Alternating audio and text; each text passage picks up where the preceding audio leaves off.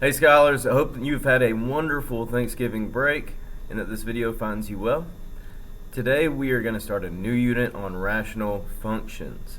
We're going to talk about what a rational function is. We'll look at a graph of a rational function for a second, and then we'll focus on rational expressions. We'll learn how to simplify them and what values of x make them undefined. So we'll make sense of that during this lesson.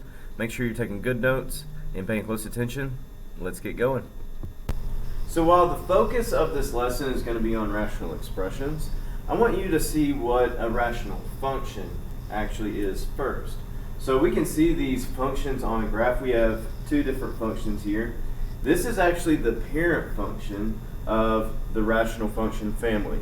Now you do not need to memorize it. You will actually graph these when you get to pre-cal, but I just wanted to look at them before we move forward. Here is the parent function, that is y equals 1 over x. So you can see that we have like two different parts of this graph. It's kind of a cool looking graph. And we see where x equals 0, so that y-axis, it looks like it just breaks off there. Well, why is that? Let's talk about that for a second. Well, we have y equals 1 over x. So if we do substitute 0 for x, we get y equals 1 over 0. Well, you cannot actually have a number with 0 in the denominator. That means it is undefined. 1 over 0 is an undefined number. If you have 0 in the numerator, it's okay, because that's just 0. 0 divided by 1 is just 0. But 1 divided by 0 is undefined, and you cannot actually graph an undefined number. So you can see that there's no value where x equals 0 on this graph. These graphs get closer and closer to x equals 0. So you can see that this side of the graph is getting closer and closer, but it'll never actually hit x equals 0. This part of the graph keeps going further down and closer to x equals 0, but it'll never actually touch it. We call this a vertical asymptote, but that is a concept that you will talk more about with Ms. Duval when you get to pre-calculus. So quickly, let's look at this rational function. This is g of x, or you can say f of x or y, right, equals x over x plus 1. Well, we see that there's a vertical asymptote where x is negative 1. So if we substitute negative 1 for x, then the numerator would be negative 1, but negative 1 plus 1 is 0, right? So that would make the denominator undefined. So again, for this function, it's undefined where x is negative 1. So I just kind of want us to get the concept of what it means for a function to be undefined and what that looks like when we graph these functions. So the main thing I want to focus on today is rational expressions. A rational expression is a quotient of two polynomials. Okay, so the function was just f of x equals a rational expression. Like the first one we saw was 1 over x. This is a rational expression. That second graph we saw was f of x, I think it was g of x or whatever, equals x over x plus 1.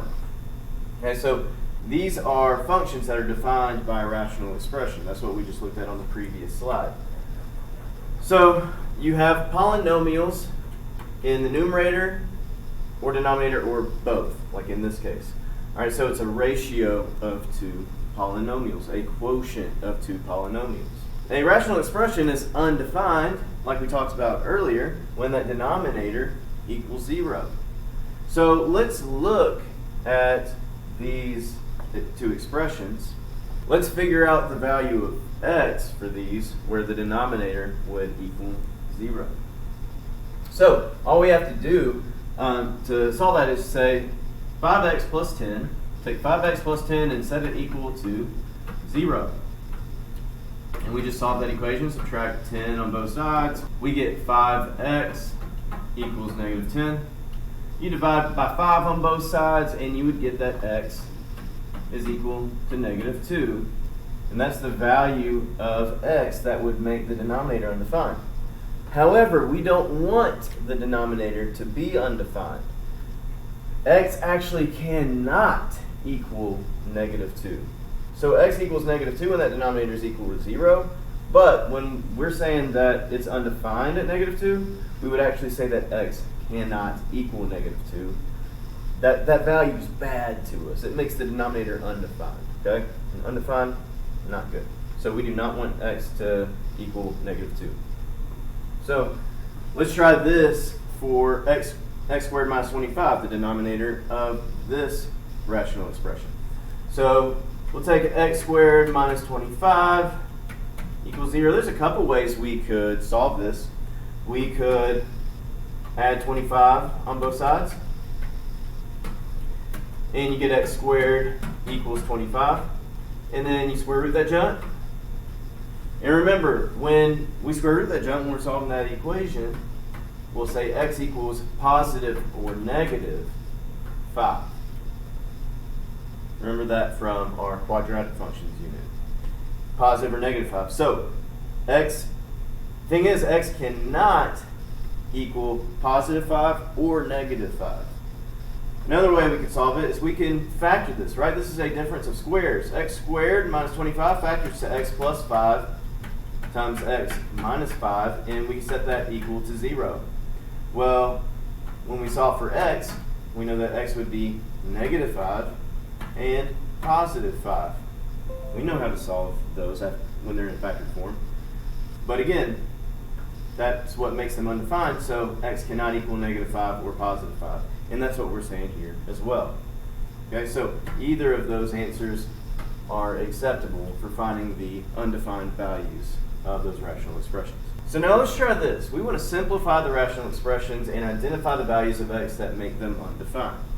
Well, let's go ahead and figure out what makes this rational expression undefined. What value of x is going to make the denominator equal to 0? Well, we have 12 times x, so 12 times 0 would be 0. So x cannot equal 0. That's where it's undefined. So now we want to simplify these. Okay? We know that 60 divided by 12 is 5. And then x cubed divided by x, well, that's x squared, right? So this simplifies to 5x squared. So we would say this simplifies to 5x squared, and x cannot equal 0. It's undefined when x is 0. Alright, so now let's try number 2. Well, we have x minus 3 in the denominator. What value of x would make this equal to 0? What minus 3 is 0? Well, x equals 3 would work. 3 minus 3 is 0. So we would say x cannot be 3. And now this one looks a little different. This is a quadratic trinomial, so let's see if we can factor it. And we can. This will factor as x minus 2 times x minus 3 over x minus 3. Now, pay attention closely here. We see a binomial of x minus 3 in both the numerator and the denominator, correct? So, we can actually cancel those out, and then we are left with x minus 2. It simplifies to just x minus 2. So we would say our final answer is x minus 2, and x cannot equal 3. Simplifies to x minus 2, x cannot equal 3. It's undefined at 3. Now, let's make a little more sense of this before we work these next two problems. You know, these rational expressions, they look just like fractions, right?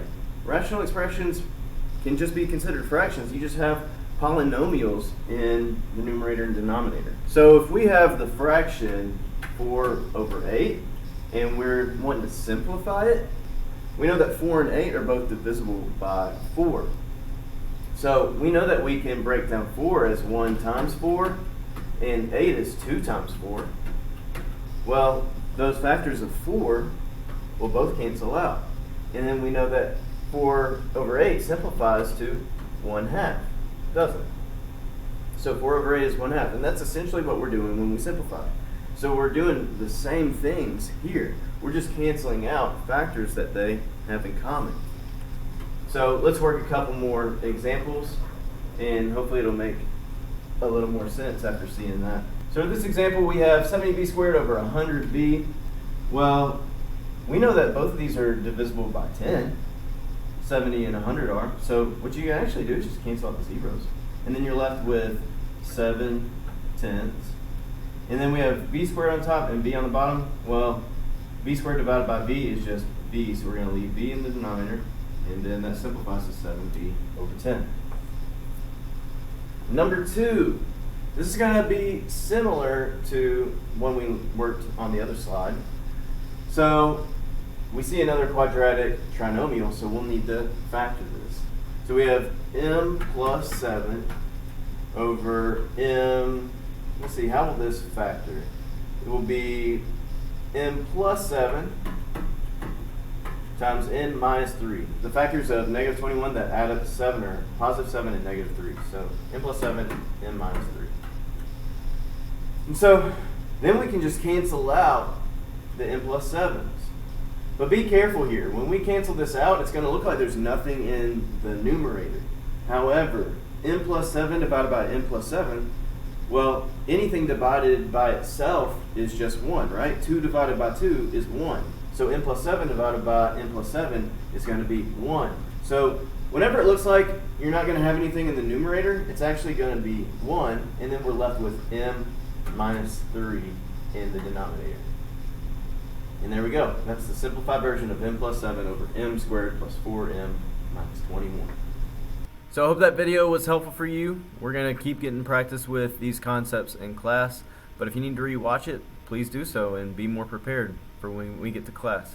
I hope y'all had a great break. I'm looking forward to seeing you. Good stuff today. Thank you, Collegiate Scholars.